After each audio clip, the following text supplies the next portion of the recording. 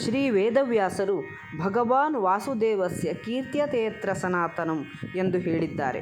ಕುಮಾರವ್ಯಾಸನು ಇಲ್ಲಿ ನೋಳ್ಪುದು ಪದುಮನಾಭನ ಮಹಿಮೆ ಧರ್ಮ ವಿಚಾರ ಮಾತ್ರವನು ಎಂದು ಹೇಳಿದ್ದಾನೆ.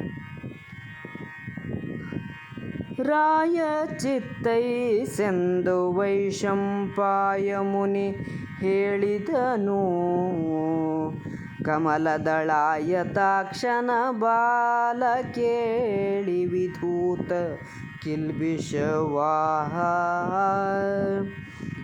ಕಾಯ ಕಲ್ಮಷ ಹರವಖಿಳ ನಿಶ್ರೇಯಸದ ಸದ್ರೂಪುವಿನ ಸಂದಾಯಕವ ನಿರ್ಮಲ ಮಹಾಭಾರತ ಕಥಾಮೃತವಾ.